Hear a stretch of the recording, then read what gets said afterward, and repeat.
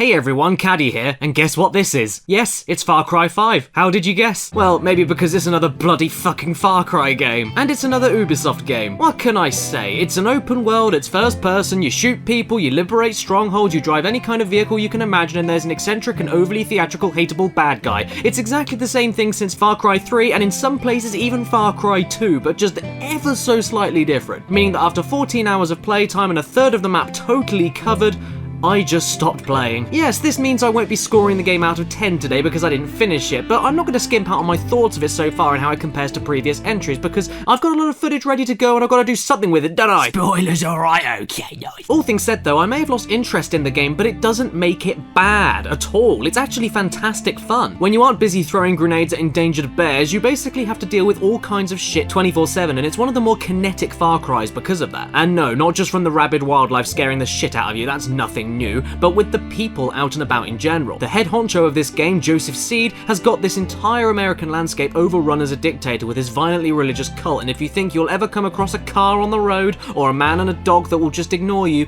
they won't. I mean, this is something that happens in the other Far Cry games too, but in this I felt like I was constantly in danger, and the more shit you do in each region to anger the Seed family that run each region, the more dangers that they send your way while you explore. I loved that. You're always on edge and there's never a boring moment while exploring because you could just be randomly murdered at any point. 2 out of 10 people are friendly to you, leaving you to be on your guard constantly and rely on all of your tools for potential helicopter attacks. And this also acts as additional incentive to hijacking vehicles. Not only does it get you to goals faster, but also provides shielding and an escape from the odds that can sometimes swarm you. Liberating camps feels more satisfying than ever because of that. You actually feel like you're liberating them. The game doesn't just say that they're liberated and then acts like nothing happened. You even get to see the rebels take the camps back over and have the affirmation that this is now a new safe area, a new refuge, a new place to chat to people, get weapons and vehicles, and not just a place to tick off of a map towards 100% completion. The world itself is huge, as to be expected, and there are many things to do within it to make it feel like you're truly helping out the residents and fixing the shit done by the Seed family. And I also like how each member of the family not only had a distinctive personality, but also a distinctive job within the cult that slightly changes how you approach taking them down. They aren't all just doing the same things, they aren't clones of each other, they're all memorable bastards in their own way, and getting through each to eventually take down the biggest bad guy you so nearly had arrested at the start of the game feels good. The way it's structured feels like lots of smaller games in one, and the way it's paced always kept me excited to see what the family could possibly do next. Oh, and I love the way that you discover places and people of interest. You help out a random friendly person on the street and then they tell you rumours about the town. That's pretty cool. It's a hint within the game that feels realistic and justified for your actions, and this same sensation applies to those story quests that surprise you while exploring the open world. You activate scripted scenes that can happen wherever you are, like being overwhelmed and captured, which then leads you to being shipped to an entirely new location with the game making you think that you died and game over. It feels like you and the world are one, and it's very cool. Plus the shooting feels good, customizing weapons is great, the driving physics are some of the best Far Cry has done if you ask me, and each side quest character I actually remember, they stand out. The scripting and characterization is great and never as simple as they hate Joseph Seed and want to help you. They have complex comedic undertones to their lines, like asking for forgiveness for tame swearing or being too cocky for their own good no matter how aggressive these cultists may be. Plus these character quests were actual quests with miniature story arcs that I massively enjoyed. I loved the quest line with Nick and Kim ending with Kim having a baby while you have to speed her to the midwife's house through exploding planes, and Kim and Nick screaming funny banter at each other during Kim going through labour, and some of them even involve alien technology or collecting bull testicles by mowing them down with a tractor, burning them alive, or killing them while they start mating to the tune of sexual healing in the background. There are these really fun stunt missions as well with an incredible theme song that allow you to rush through in a car or bird's eye view in the air brand new locations on your map for fast travel later on in the game, making the future story missions a hell of a lot easier. It's a mission where you're getting 2 things done in one, and you unlock so much shit really quickly for a nice back and forth between you and the game. You're also encouraged to experiment with your tools to earn more perk points even faster for better upgrades early on. But that's the thing, right? Upgrade points, liberating, open world. Unfortunately, for as fun the core of it is, it's just not that interesting, and in my opinion, the game doesn't go far enough in engaging its players. Treasure hunts and mystery quests give you shit to read and directions to follow, but it still feels like it needs to do the pandering shit of just highlighting where you need to go. You don't need to think once, and so every written document I just skimmed through because they were quest beacons and nothing more. Allies are a great idea and helps even the odds, distracts opponents and marks them on your screen, but as actual additional characters you feel like you want or need to protect, it doesn't work like that, or it didn't for me at least. No matter what I did to my dog Boomer coma, for instance, it was easy as piss to just revive him whenever I could, and my partner regularly saved me from death a lot, letting me to get too used to overly aggressive and mindless play without death meaning anything. Oh, and if I did die, game overs just spawn you a few minutes back with little to no penalty at all, so that really didn't help. Then in the best demonstration of the weird AI for the partners, in one part I mistook a few people pointing guns at me as enemies, and so I killed them really quickly, leading my main partner to start attacking me to the death.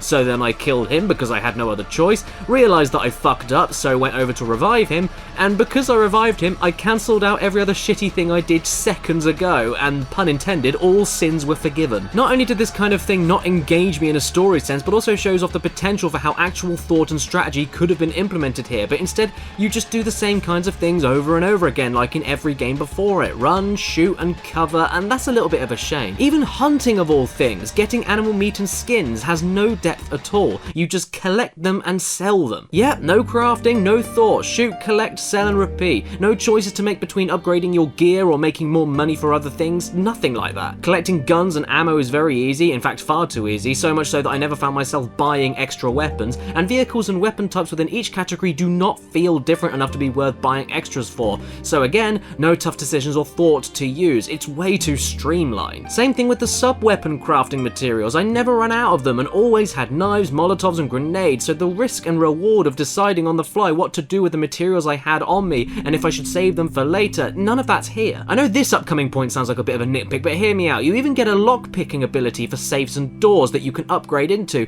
but instead of just having something like a lock-picking minigame in 3D Fallout, which I actually really bloody love, it's a nice way to add a bit of tension to the situation. You need a little bit of skill and you need enough bobby pins to do it in the first place. Here, you just hold a button and open the thing. Like I said, that does sound like a nitpick, so don't misunderstand me. None of these things are necessarily bad. There's definitely more good than bad overall in my opinion, but for a 5th entry, a 2018 open world game, it feels like it's not only treading old ground again, but taking steps back to appeal to as broad of a demographic as possible, which again, is fine. I'm not an elitist prick or anything, but it makes it not stand out whatsoever, and it's just another Ubisoft Far Cry game you've seen for years and years, and well, it's the same. It's inoffensive, ridiculous, and fun anarchy as a game with more uncomforting aspects compared to other games for sure. I mean, Joseph in the intro to the game, for instance, genuinely unsettled me to the point of me gritting my teeth in a few places, and the more unforgivable shit he does with your friends, the more hatred you feel towards him. And he keeps popping up and getting visibly more destroyed and mentally unstable the closer you get to beating him. He's a good villain,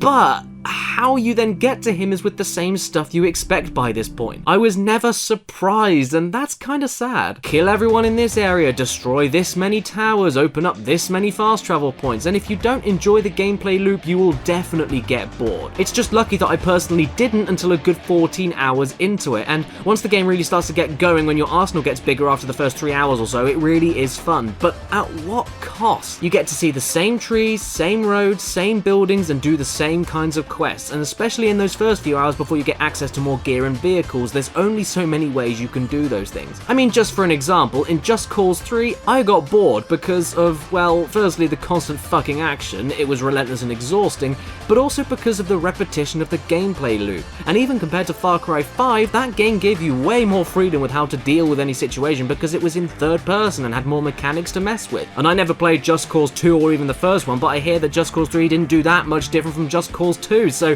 it's kind of the same situation here, but even less so. Far Cry 5 is a little bit more one note in comparison, and again, folks, it works, it's fun, it's well made, and if you liked Far Cry 3 and 4, I highly recommend the game, but what else can I fucking say? It's Far Cry again. Like Assassin's Creed, no matter what Origins did to go more RPG-like and feel different, and no matter how much more fun it was to play compared to previous entries, it's Assassin's Creed again. It's Ubisoft again. Far Cry 5 is an extension, a totally fine extension. And after doing every side mission, finding every hidden silo, and going through every corner of the region that John Seed was running, I didn't feel the need to do that again with the other two people. I did a couple of the story missions with a few of the other members of the family, and yes, this might mean I missed out on some insanely great quests on those areas, but after 14 hours, it's just getting a little bit too stale for me, despite how good of a first-person action game it is at the base of it. Even visually, I mean, on PC, it ran at 60 FPS for me, just fine, and it looked good. Very good, in fact, beautiful in some places, but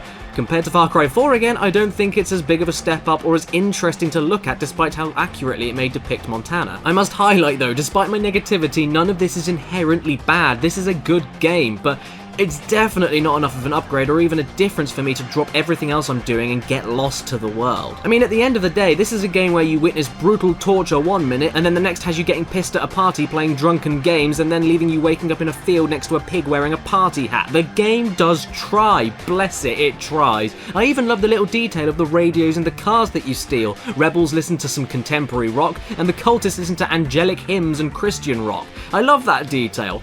But overall, Far Cry 5 just doesn't feel that special. Also, there's glitches. Holy shit, it has some glitches. It's another Ubisoft game. I don't know how many more times I can say it, so yeah. If it's your birthday today while watching this video, happy frickin' birthday to you, and please remember to stay beautiful.